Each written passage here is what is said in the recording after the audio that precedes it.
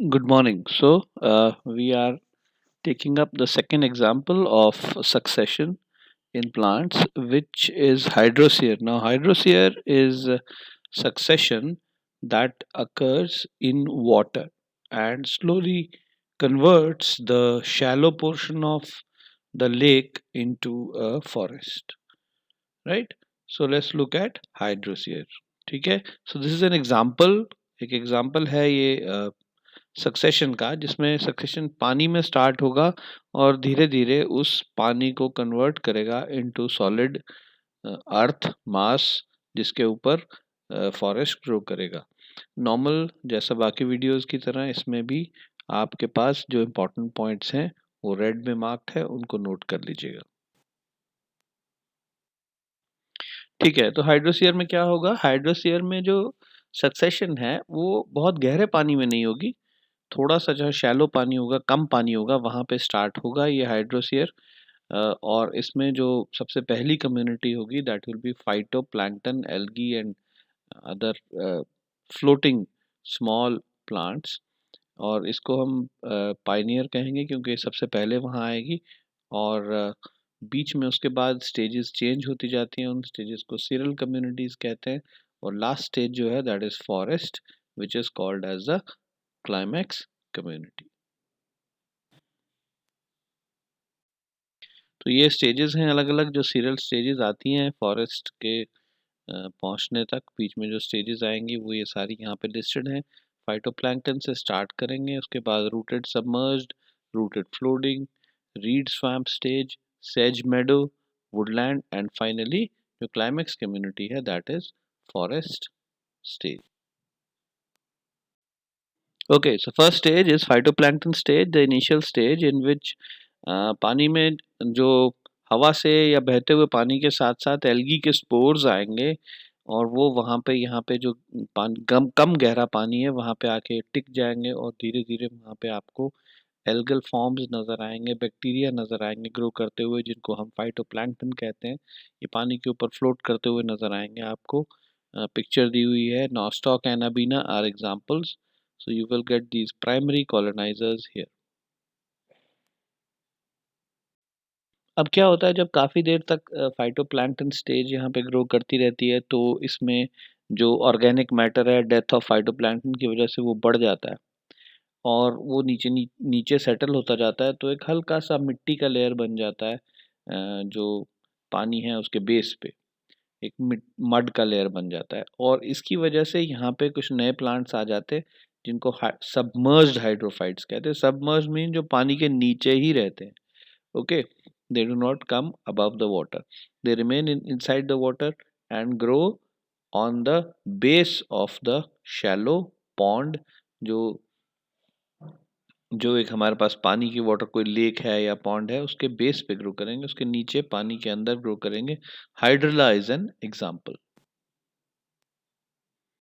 ये जो submerged plants हैं ये काफ़ी देर तक ग्रो करते रहते हैं और इनकी पॉपुलेशन काफ़ी ज़्यादा हो जाती है। तो इनका जो डेड बॉडीज़ हैं या जो इनके बॉडी के पार्ट्स हैं वो नीचे इकट्ठे होते रहते हैं और पानी के साथ जो मिट्टी आती है वो इनमें फंस जाती है और वो मिट्टी भी यहाँ इकट्ठी हो जाती है। तो काफ़ी देर ऐसा होने के बाद जो उस पॉन्ड की नीचे से हाइट है वो बढ़ जाती है और पानी ऊपर कम रह जाता है। The bed is raised, bed means the base of the pond जो है वो ऊपर आ जाता है। जब धीरे धीरे नीचे में मिट्टी इकट्ठी होती जाती है तो आप देखेंगे कि जो पानी है वो कम होता जाएगा और जब 4 से 8 फुट तक का थोड़ा सा ही पानी रह जाएगा तो यहाँ पे नेक्स्ट टाइप के प्लांट्स आएंगे जिनको हम फ्लोटिंग प्लांट्स कहते हैं। ये ऊपर पानी के ऊपर फ्लोट करते हैं लेकिन इनकी रूट्स जो हैं वो 4 से 8 फुट नीचे जाके वहाँ पे सॉइल में दबी हुई होती है, तो प्लांट वहीं रहेगा, ऊपर फ्लोट करेगा, रूट्स नीचे जाएंगी। तो इससे एक नेट और बन गई। अब पानी के साथ और भी जो चीज़ें आ रही हैं वो भी यहाँ फंसती जाएंगी, तो मिट्टी और इकट्ठी होती जाएगी, इन प्लांट्स की भी डेथ होगी।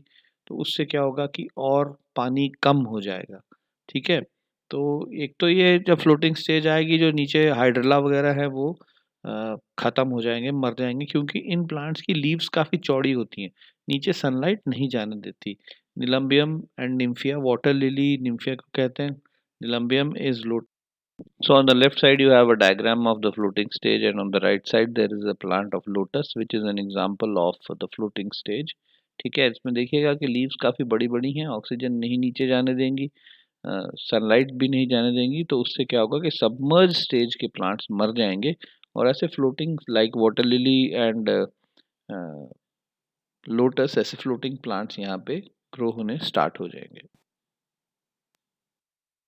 Okay, now with the death of these plants और मिट्टी बनेगी और ह्यूमस बनेगा, तो प्लांट की डेप्थ, वाटर की डेप्थ जो है वो सिर्फ 1 फुट या 3 फुट के आसपास रह जाएगी. अब इसकी वजह से जो फ्लोटिंग प्लांट्स हैं वो भी यहाँ ग्रो नहीं कर पाएंगे. यहाँ पे ऐसे प्लांट्स आएंगे जिनकी सिर्फ लीव्स और स्टेम थोड़ी सी ऊपर रहेगी, लेकिन ये पानी बहुत कम होगा तो ये थोड़े से पानी में ग्रो कर सकेंगे. एम्फीबियस टाइप प्लांट्स होंगे. ये इस स्टेज को हम रीड स्वैम्प स्टेज कहते हैं. So on the left side you have an example, diagrammatic example. देखिएगा कितनी मिट्टी इकट्ठी हो गई है. वही पॉन्ड हम शुरू से लेके चल रहे हैं, तो उसमें देखिए कितनी मिट्टी इकट्ठी हो गई है. और ये जो इसके रीड स्वैम्प के प्लांट्स हैं, ये थोड़ा पानी में भी ग्रो कर लेते हैं, पानी के किनारे पे भी ग्रो कर लेते हैं. ठीक है, on the right side you have an example of this plant. Okay, second last stage है, सीरियल स्टेजेस खत्म होने वाली है. अब यहाँ क्या हो गया कि पानी तकरीबन खत्म हो गया है, मिट्टी और इकट्ठी हो गई है, तो रीड स्वैम्प स्टेज भी खत्म हो गया. अब सेज मेडो स्टेज आ गया जिसमें घास ग्रो करेगी. रीड्स भी ग्रो करेंगे, पिछले स्टेज वाले प्लांट्स थोड़े बहुत ग्रो करेंगे, लेकिन ज़्यादातर हल्की हल्की घास ग्रो करनी शुरू हो जाएगी. और जब ये आ जाएंगे तो इनके साथ साथ फिर बैक्टीरिया भी आ जाएंगे, वो वाले बैक्टीरिया जो डाइटेरियस चेन के हैं, जो कि डेड प्लांट मटेरियल को ब्रेक डाउन करके उसको सिंपलर कंपाउंड्स में ग्रो कर जाते हैं. ठीक है, तो इससे क्या होगा कि बड़े बड़े वुड के पीसेस भी ब्रेक डाउन होंगे, mud will become more fertile, you will get a dryer soil.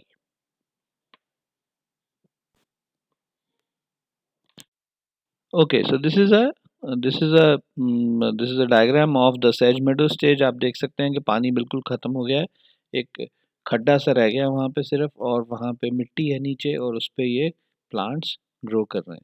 Right.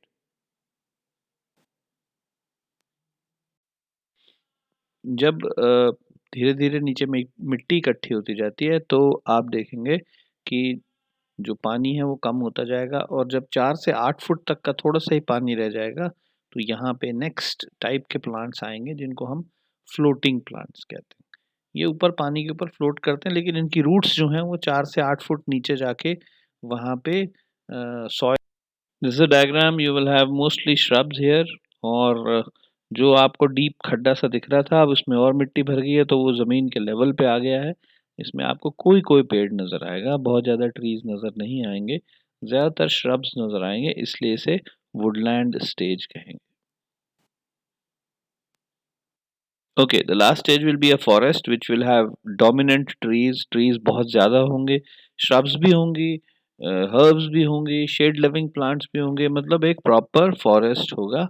ठीक है, लेकिन डोमिनेंट ट्री जो वेजिटेशन है वो फॉरेस्ट होगी. तो हमने वाटर से लेके इसको एक टेरेस्ट्रियल फॉर्म तक कन्वर्ट कर दिया, फॉरेस्ट में कन्वर्ट कर दिया जहाँ पे पहले पानी होता था. Of course this process will take place after about hundreds of years.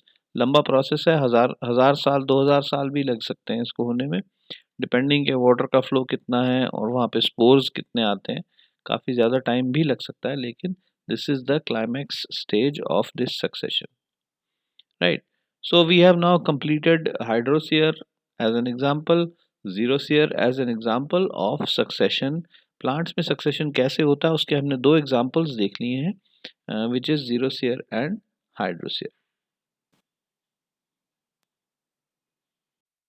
अब क्या होता है जब काफ़ी देर तक फाइटोप्लैंक्टन स्टेज यहाँ पे ग्रो करती रहती है, तो इसमें जो ऑर्गेनिक मैटर है डेथ ऑफ फाइटोप्लैंक्टन की वजह से वो बढ़ जाता है और वो नीचे सेटल होता जाता है. Okay, so this is an exam important diagram. ये सिंगल डायग्राम है जिसमें आपको सारी स्टेजेस दिख रही हैं। आप ये डायग्राम सिर्फ अगर इस डायग्राम पे भी कंसंट्रेट करेंगे तो दिस विल बी इनफ। आपको सारी स्टेजेस इसमें नज़र आ रही हैं, आप सारी स्टेजेस इसमें दिखा सकते हैं। सिंपल एक डायग्राम बना के पूरा हाइड्रोस्फीयर डिस्प्ले हो जाता है। अलग अलग डायग्राम बेशक आप ना याद रखें, लेकिन ये डायग्राम ज़रूर ध्यान में रखिएगा।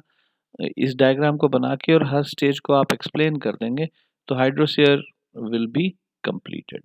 Okay, so with this I think we have finished the portion on ecology.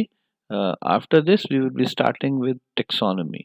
Plants को नेम कैसे करते हैं, उनको अलग अलग ग्रुप्स में कैसे हम डिवाइड करते हैं, वो हम स्टार्ट करेंगे। This completes our unit on ecology.